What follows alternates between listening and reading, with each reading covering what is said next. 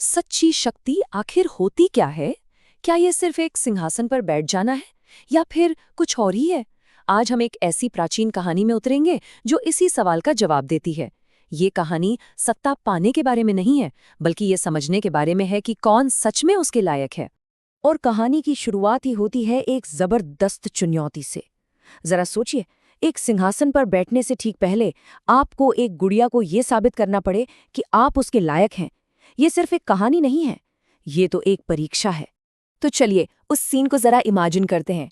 राजा भोज एक शानदार सिंहासन की तरफ बढ़ रहे हैं, जो ताकत का सबसे बड़ा सिंबल है। लेकिन जैसे ही वो बैठने लगते हैं, एक आवाज उन्हें रोक देती है। और ये आवाज किसी और की नहीं, एक गुड़िया की है। ये कोई मामूली खिलौना नहीं है, बल्कि उस सिंहासन की एक रहस्यमयी रक्षक है। और उसके पास एक ऐसी कहानी है जो सब कुछ बदल देगी। तो इस कहानी के हार्ट में हैं दो राजा। एक तरफ है राजा भोज, जो अभी इस पल में सिंहासन पर बैठना चाहते हैं, और दूसरी तरफ हैं महान राजा विक्रमादित्य, जिनकी महानता के किस्से आज भी सुने सुनाए जाते हैं। असल में वो गुड़िया भोज से ये नहीं पूछ रही कि तुम कौन हो, वो तो ये पूछ रही है कि क्या तुम में विक्रमादित्य जैसी बात है। तो चलिए अब उस गुड़िया की कहानी के अंदर चलते हैं, सीधे अतीत में। कहानी शुरू होती है एक बहुत बड़े काम से जो राजा विक्रमादित्य को सौंपा गया था। और ये काम था एक महायज्ञ का आयोजन। अब ये सिर्फ कोई पूजा पाठ नहीं था, ये एक इतना बड़ा, इतना विशाल अनुष्ठान था जिसकी हम कल्पना भी नहीं कर सकते। इसका सिर्फ एक ही मकसद था, पूरे राज्य की तरक्की और भलाई। इसका जो स्केल था और जो स्पिरिचुअल इंपॉर्टेंस थी, वो सच में एक्स्ट्रा ऑर्डिनरी थी। और इस योजना का एम्बिशन तो देखिए, दुनिया भर के राजाओं और संतों को बुलाना। चलो ये तो एक बात हुई, लेकिन ब्राह्मणों ने एक ऐसी सलाह दी जो पहले तभी किसी ने सोची भी नहीं थी। क्यों ना देवताओं को ही चीफ गेस्ट्स के तौर पर बुला लिया जाए। और ये कोई ऐसे वैसे देवता भी नहीं थे, उन्हें बुलाना था प्रकृति की दो सबसे शक्तिशाली ताकतों को, वायु यानी पवन के देवता और वरुण यानी समुद्र के देवता। सोचकर देखिए, इन एलिमेंटल फोर्सेस को अपने राज्य में बुलाना कितना मुश्किल, लगभग नामुमकिन काम रहा होगा। अब इस मुश्किल मिशन को पूरा करने के लिए राजा विक्रमादित्य ने एक सच्चे लीडर की तरह काम को बांटा।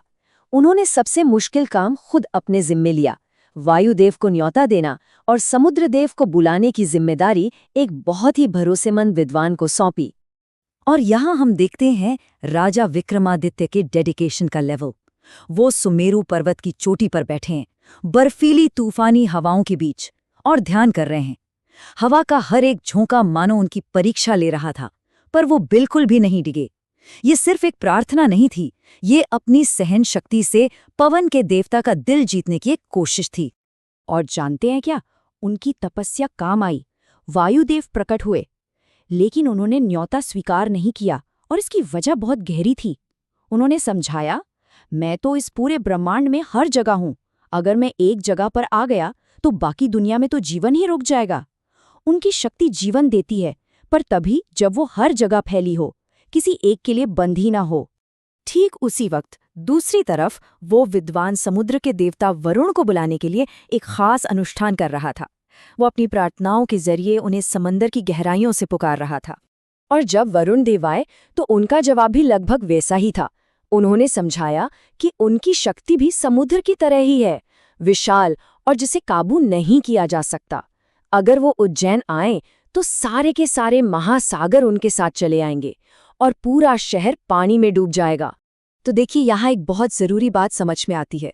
दोनों ही देवताओं ने एक ही तरह का समझदारी भरा फैसला सुनाया। उनकी शक्ति इतनी ज्यादा थी कि वो उसे एक जगह पे समेट नहीं सकते थे, लेकिन उन्होंने राजा के डेडिकेशन की इज्जत की और अपनी मौजूदगी की जगह अपना आशीर्वाद और कुछ बहुत ही एक्स्ट्रा ऑर्डिनरी डिवाइन गिफ्ट्स भेजे। तो चलिए अब देखते हैं कि विक्रमादित्य को अपनी इस तपस्या के बदले में आखिर मिला क्या। ये कोई मामूली तोहफे नहीं थे, बल्कि ये ऐसी चीजें थीं जिनकी शक्ति और कीमत का कोई अंदाजा ही नहीं लगा सकता। वायुदेव की तरफ से मिला तोहफा था कामधेनु गाय, जो कोई भी इच्छा पूरी कर सकती थी। सोचिए, एक जीता जागता चमत्कार। और वरुण देव ने दिए बेशकीमती मोती और एक जादुई समुद्री घोड़ा, जो बोल भी सकता था और पलक झपकते ही कहीं भी पहुंच सकता था। ये ऐसे खजाने थे जिनकी कीमत कोई इंसान लगा ही नहीं सकता। लेकिन कहानी का असली क्लाइमैक्स ये तोहफे मिलने में नहीं है, असली परीक्षा तो अब शुरू होती है। राजा विक्रमादित्य इन दिव्य उपहारों का आगे क्या करते हैं, यहीं पर उनके असली कैरेक्टर का पता चलता है। तो अब वो विद्वान अपनी लंबी और मुश्किल यात्रा पूरी करके वापस लौटता है। वो वरुण देव का संदेश देता है और उनके दिए हुए वो अविश्वसनीय खजाने, वो बेशकीमती मोती और वो जादुई समुद्री घोड़ा राजा के कदमों में रख देता है। और बस इसी पल, इसी मोमेंट में हम देखते हैं कि विक्रमादित्य महान क्यों थे। उन्होंने एक पल के लिए भी नहीं सोचा, बिना किसी हिचकिचाहट के उन्होंने वो सारे बेशकीमती डिवाइन गिफ्ट्स उस विद्वान को सौंप दिए, ये कहते हुए कि ये उसकी सेवा का इनाम है। जरा सोचिए, ये कोई मामूली बात नहीं थी। ये दिखाता है कि उन्हें संसारिक चीजों से कोई मोह नहीं था। ये एक राजा की सबसे बड़ी उदारता का सबूत था। एक देवता से मिला खजाना उन्होंने बस अपनी सेवा करने वाले को एक इनाम के तौर पर दे दिया। यही तो है असली राजत्व। और अब हम वापस उस गुड़िया के पॉइंट ऑफ व्यू पर आते हैं। वो सिर्फ एक कहानी नहीं सुना रही थी, वो कह रही थी, मैंने ये सब अपनी आंखों से देखा है। मैंने उनकी तपस्या देखी है, उनका संयम देखा है और उनकी वो कमाल की उदारता भी देखी है। ये एक आई विटनेस का बयान था कि असली लीडरशिप आखिर दिखती कैसी है। और कहानी के आखिर में वो गुड़िया राजा भोज से वही चुपता हुआ सवाल पूछती है।